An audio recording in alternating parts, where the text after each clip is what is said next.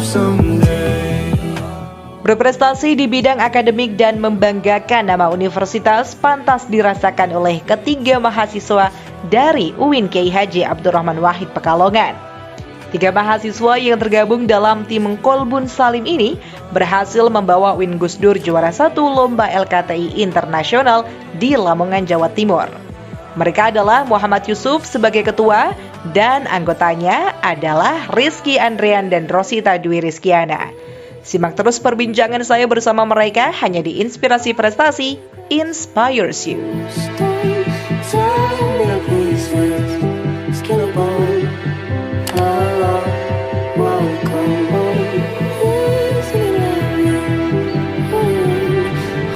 Halo Sobat Inspirasi Prestasi, ketemu lagi sama aku Farah Farhat di Inspirasi Prestasi Inspires You.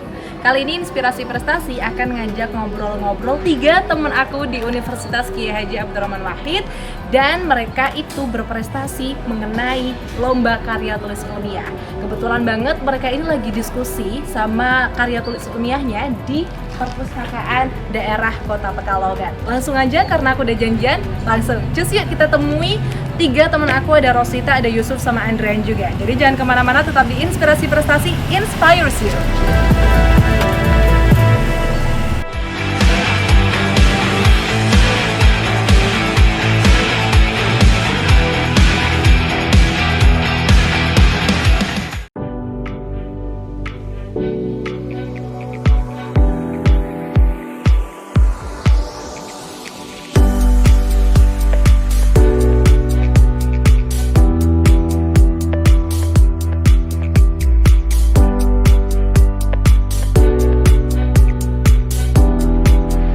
Sobat Inspirasi Prestasi, kembali lagi sama aku Farah Farhat di Inspirasi Prestasi Inspires You. Nah kali ini rame ya, nggak cuman satu aja narasumbernya, karena kali ini Inspirasi Prestasi ngundang satu kelompok lomba karya tulis ilmiah dari Universitas Islam Negeri Kiai Haji Abdurrahman Wahid. Timnya namanya apa? Kolbun Salim. Kolbun Salim. Di sini mungkin kita kenalan satu persatu dulu ya. Dari sebelah kanan aku, saya Rizky Andrian dari jurusan Ekonomi Syariah, saat ini semester 8. Oke. Terus habis itu Aku Rosita Dwi Rizkiana, biasa dipanggil Rosita, dari jurusan Perbankan Syariah semester 8 juga. Oke. Paling ujung, saya Muhammad Yusuf dari Perbankan Syariah semester 8 juga. Oke. Jadi kenapa mereka itu kami undang ke sini, karena di kampus ini udah geger banget gitu kan. Di kampus UIN Gus Dur ini udah geger, ini 3 tim, ini 3 sekawan, 3 trimasketir ini. Aduh. Emang sering banget menjuarai lomba-lomba yang berbau ilmiah akademik gitu, karena emang mereka adalah anak-anak yang sudah tidak diragukan lagi. IPK-nya nanti boleh di-spill ya? Aduh, ini kayaknya ini sulit ya. Oke. Ini BTW kan berarti dari satu fakultas yang sama ya? Iya betul. Tapi jurusannya sama? Beda-beda. Oh beda ya? Ini Iya. tadi kamu apa? Ekonomi Syariah. Ekonomi Syariah, Perbankan. Nah ini ada 2 yang sama, 1 yang beda. Itu gimana ceritanya bisa ketemu dalam Kolbun Salim? Oke, jadi aku izin jawab ya ini. Oke. Ketua apa namanya? Oh ketuanya Tim. ini Ini ya? ketua tim. Oh ini ketuanya Yusuf. Oke. Ya.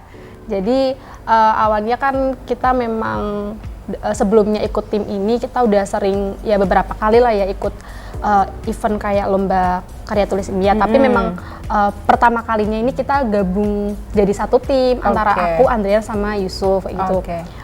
Aku sama Yusuf udah sering sih beberapa kali, tapi kalau sama Andrian baru pertama kali. Baru pertama kali ya. Nah, jadi karena kita udah kayak apa ya berapa kali ikut KTI tapi di beberapa tim yang berbeda, jadi kita tuh kayak pengen collab antara antara saya terus Yusuf terus juga Andrian gitu.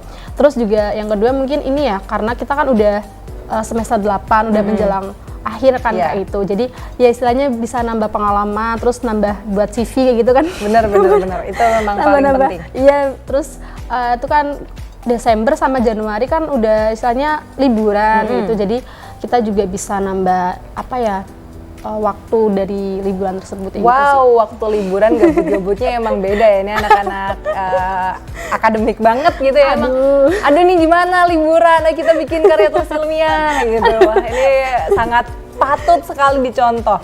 Aku pengen tanya sama Andrean, gimana pertama kali kamu gabung sama tim ini? Kan kamu baru pertama kali nih. Jadi kebetulan saya itu sering ke kampus. Iya sih, kan masih mahasiswa aktif juga. Maksudnya kadang mahasiswa semester akhir itu kan datang ke kampus kalau ada perlunya. Ya. Misal bimbingan atau misal ke perpus untuk pinjam buku. Cuma saya itu cukup sering, hampir tiap hari. Wow. Banyak faktornya sih, terutama karena rumah saya dekat dengan kampus. Kemudian satu waktu saya ke kampus, saya main ke ruang organisasi mahasiswa yang ada di FEBI. Nah, kebetulan nih saya bertemu dengan rekan-rekan saya ini, Mbak Rosita dan Mas Yusuf. Kemudian saya punya info LKTI, karena saya punya beberapa tim LKTI, namun sebagian dari mereka itu masih masa sibuk-sibuknya organisasi. Karena adik tingkat masih ikut organisasi, akhirnya organisasinya itu masa reorg karena tahun periode yang baru. Nah, saya mau ngajak siapa nih? Akhirnya karena kebetulan ketemu dengan mereka di ruang organisasi itu, di ruang UKM FEBI. Nah, saya coba ajak Mbak Yusuf, Mbak Rosita dan Mas Yusuf. Akhirnya mereka mau dan kita satu tim. Oke, keren banget. Nah, ini sedikit aja Yusuf di-spill dikit lah ya. Kemarin itu kalian lomba LKT itu judulnya apa dan di mana tuh? Tingkat apa juga? Jadi untuk lomba kemarin itu kita mengangkat tentang industri berkelanjutan, tentang biodiesel gitu, dari tanaman tamanu yang nantinya kita kolaborasikan dengan dana wakaf Nadir gitu. Dan kemarin kita ikut lomba itu diadakan oleh Universitas Islam Lamongan gitu ya, di tingkat acaranya itu tingkat internasional.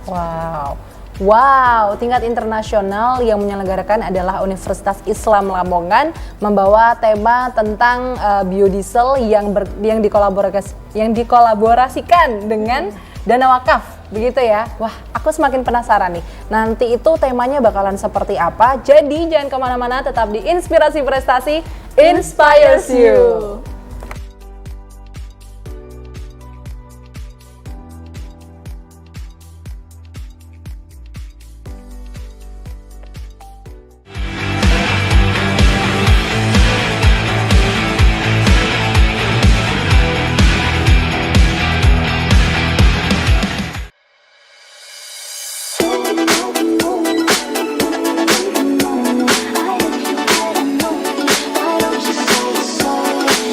Bukan pertama kalinya mereka mendapatkan juara di lomba ini. Ternyata masing-masing anggota sudah banyak mengukir prestasi di berbagai ajang kompetisi karya tulis ilmiah loh. Halo, kembali lagi bersama aku Farah Farhat di Inspirasi Prestasi Inspires You. Tentunya masih bersama rekan-rekanku ini yang sangat berprestasi ya. Nah, sebelum kita ngomongin soal karya tulis ilmiah yang baru-baru aja kalian bikin dan alhamdulillah dapet juara 1 di ajang internasional, aku kepo nih sebagai mahasiswa-mahasiswi yang udah concern di bidang karya tulis ilmiah sejak mungkin awal masuk gitu ya. Itu kalian udah berapa kali sih mendapatkan juara gitu? Mungkin boleh diceritain dulu dari siapa dulu nih? Mungkin dari kamu dulu kali ya. Kalau untuk berapa kalinya mungkin lebih dari 10 ya. Wow. Aku bikin makalah satu aja seminggu tuh kayak males banget ya. Terus kamu 10 lomba itu gimana ceritanya? Sebenarnya berawal dari ketemu dosen yang bisa jadi mentor. Awalnya sih tidak memiliki ketertarikan secara spesifik ke karya tulis ilmiah, namun karena mengambil mata kuliah di satu dosen, kalau boleh saya sebut namanya, beliau Dr. Henry Hermawan Adinugraha, MSI. Halo Pak Dr. Henry, terima kasih. Selalu menekankan kepada mahasiswanya untuk senantiasa menulis. Nah, dari situ saya mulai ada ketertarikan. Kemudian coba saya aplikasikan ke dalam kompetisi, lomba dan sebagainya, dan beberapa berhasil menjadi juara. Itu juara 1, 2 maupun 3. Karena ada yang juara harapan juga sih.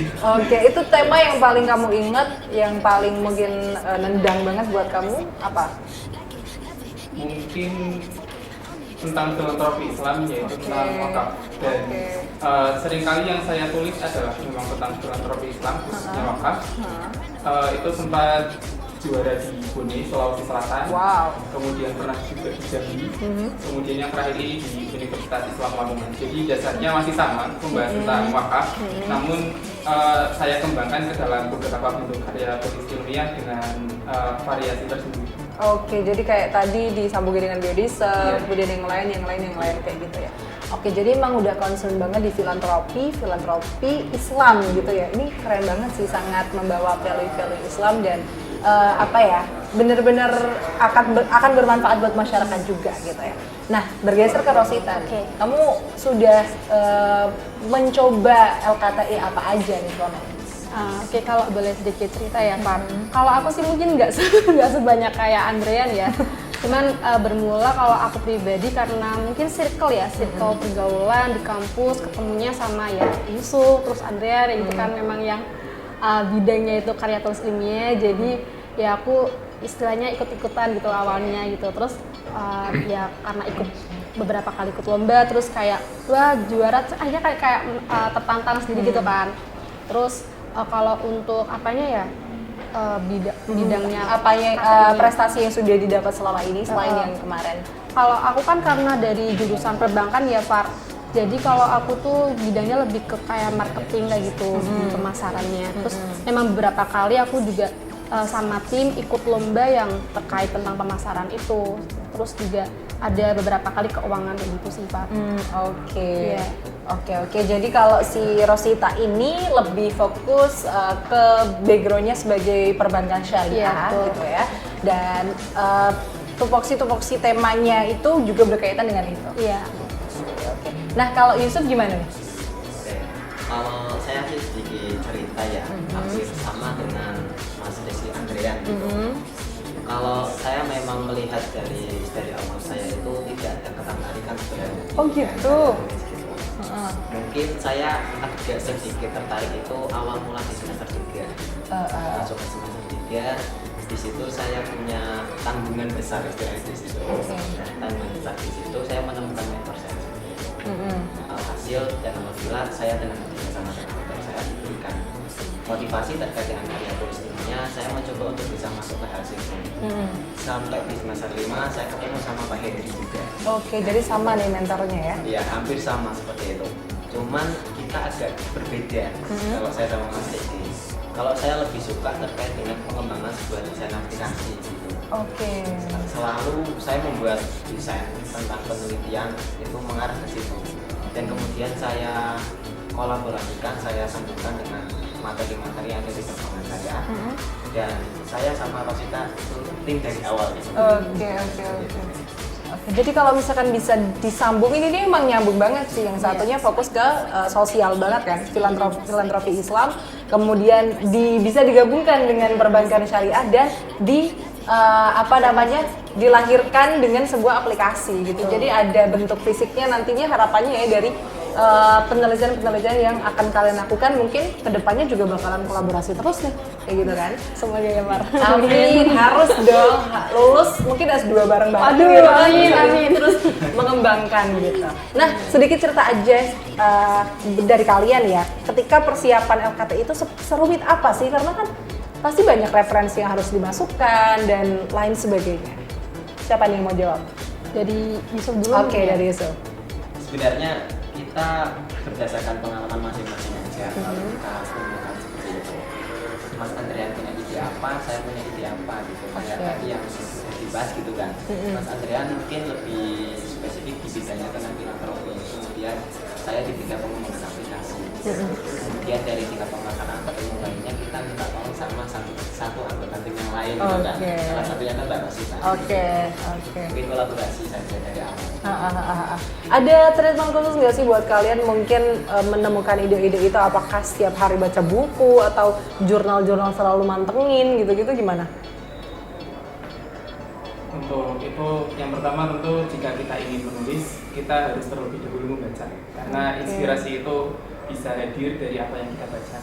Selain itu kita juga sebagai pengurus organisasi, kemudian yang saya tekuni juga di bidang keilmuan, jadi ada inspirasi juga dari situ. Karena kita di organisasi di bagian keilmuan, mau tidak mau kita harus belajar tentang karya tulis ilmiah.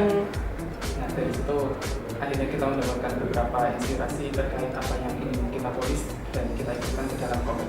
Oke, jadi emang kuncinya itu adalah membaca, kemudian sharing ide satu sama lain dan bisa dikolaborasikan. Nah setelah ini nih teman-teman, kita bakalan ngebahas mengenai fokus yang kalian garap baru-baru ini nih. Gitu. Terus juga pengen tahu nih prosesnya seperti apa gitu kalian bertiga itu dalam menulis satu karya tulis ilmiah itu pembagiannya seperti apa? Apalagi kan ini online gitu kan, nggak harus ketemu. Nah ini kan unik juga gitu kan. Membuat suatu karya tulis ilmiah tapi ya walaupun sebagai tim tidak harus bareng-bareng terus gitu kan gitu. Jadi jangan kemana-mana, tetap di Inspirasi Prestasi Inspires You. Oke.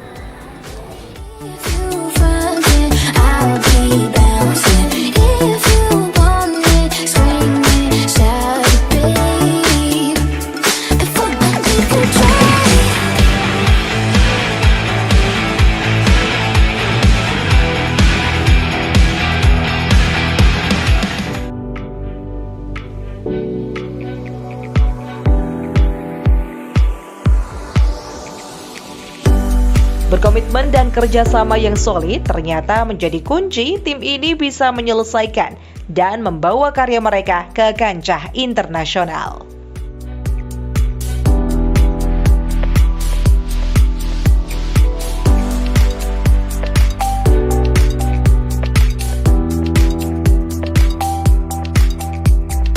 Halo, kembali lagi bersama aku Farah Farhat di Inspirasi Prestasi Inspires You. Masih dengan orang-orang berprestasi yang sama. Ada Andrean, ada Rosita, ada Yusuf.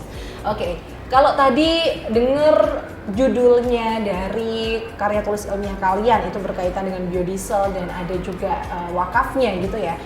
Pertama yang pengen aku tanya ini, sebagai anak muda, kenapa sih harus biodiesel gitu temanya gitu? Apakah ada ya kita tahu gitu ada permasalahan yang genting gitu kan di dunia ini tentunya tentang energi, dan apa yang membuat kalian itu concern ke situ? Jadi untuk judulnya sendiri itu kan tentang bagaimana sih model budidaya tanaman-taman berbasis green wakaf melalui platform crowdfunding syariah untuk pengembangan industri berkelanjutan di Indonesia.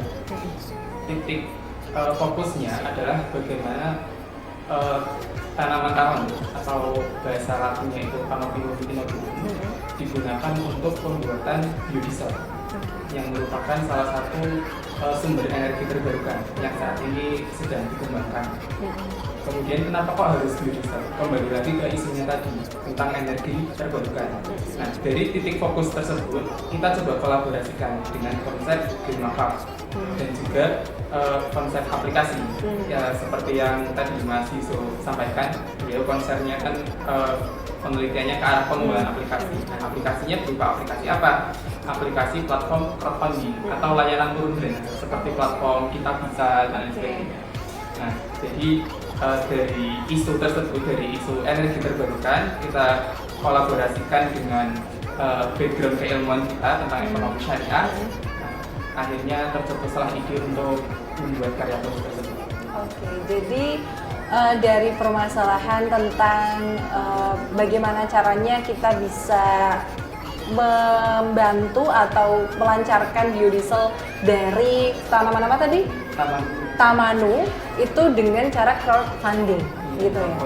Oke, jadi di sini berarti lebih tepatnya bagaimana caranya kita sebagai masyarakat umum itu bisa memberikan sumbangsi atau kontribusi kita untuk mewujudkan biodiesel dari tanaman itu gitu ya.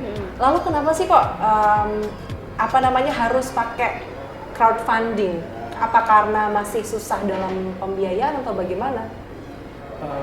Berdasarkan data yang kami peroleh dari Badan Pusat Statistik, untuk tanaman perkebunan yang diutamakan untuk produksi biodiesel itu masih kelapa sawit. Oke. Kemarin kan ada isu kelangkaan minyak goreng dan lain sebagainya. Nah, seperti yang kita ketahui, tanaman kelapa sawit itu kan tanaman pangan. Jadi kalau terlalu fokus digunakan untuk biodiesel, nanti akan ada masalah berupa kelangkaan minyak goreng. Seperti yang kemarin terjadi. Nah, kami mencoba untuk mencari kira-kira ada nggak sih tanaman yang bisa dijadikan alternatif untuk bahan biodiesel. Nah, ternyata ada tamanu. Tapi permasalahannya tanaman tersebut ternyata kok masih jarang dibudidayakan.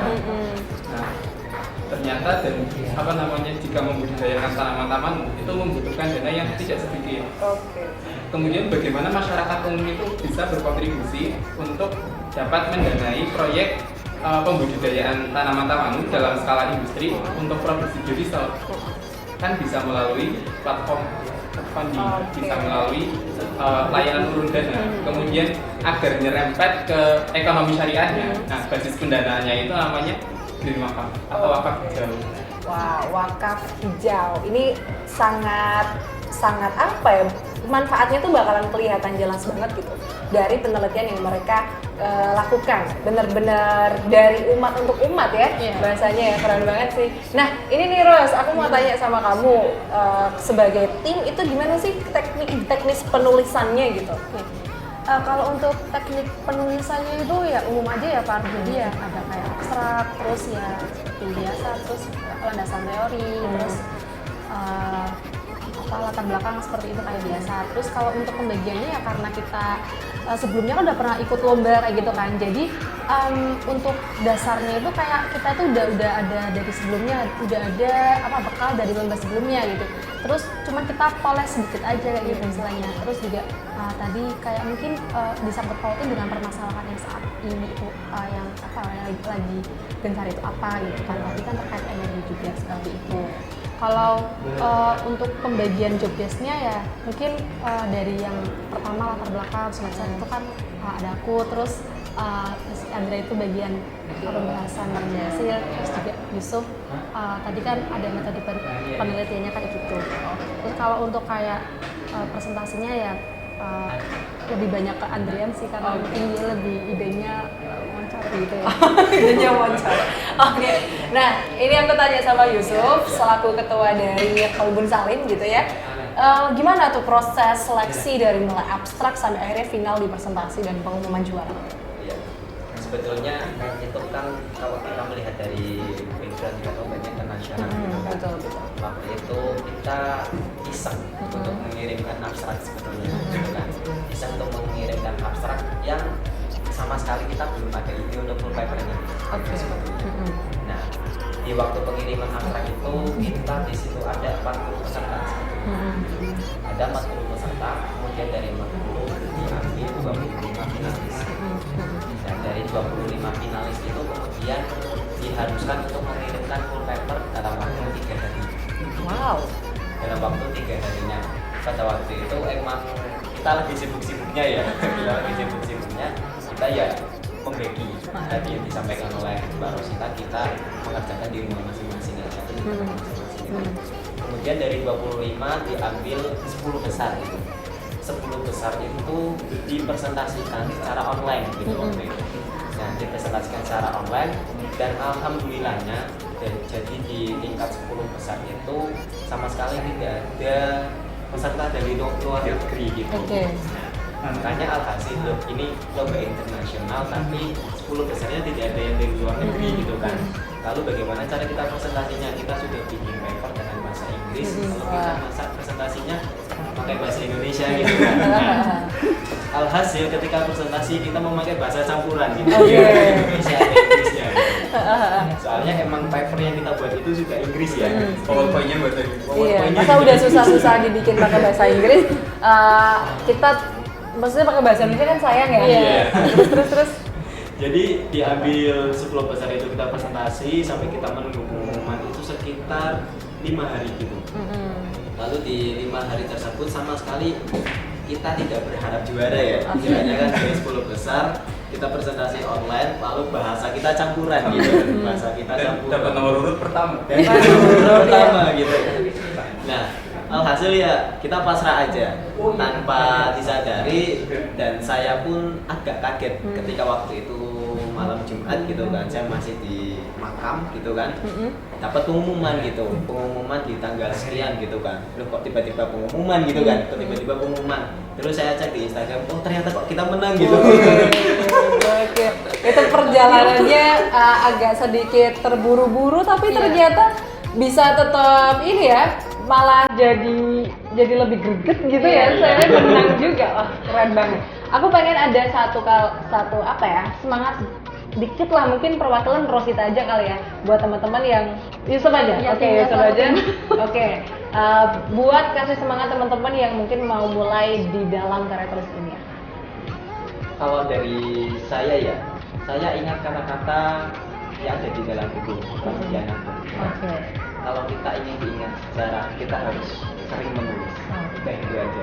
Oke, udah gitu aja, simpel, Pramudia Anantatur, semuanya udah langsung terkesima gitu ya. Kalau kita mau membuat sejarah ya kita harus menulis gitu, kita Iya. harus, kalau mau diingat ya kita harus menulis. Thank you banget teman-teman, semoga ke depan selalu bisa menjadi kolaborasi yang sangat luar biasa tentunya di pengembangan ilmu pengetahuan ya. Jadi itu tadi Sobat Inspirasi Prestasi, perbincangan aku sama teman-teman dari UIN Gusdur kali ini, dari tim Kolbun Salim. Kalian luar biasa, semoga selalu memberikan inspirasi ya buat teman-teman. Nanti lulus juga masih tetap harus solid nih ya, buat inspirasi, terus nyebar-nyebar inspirasi dari prestasi kalian. Jadi jangan lupa untuk terus saksikan Inspirasi Prestasi setiap minggunya, dan sampai jumpa di episode berikutnya. See ya, Inspirasi Prestasi inspires you.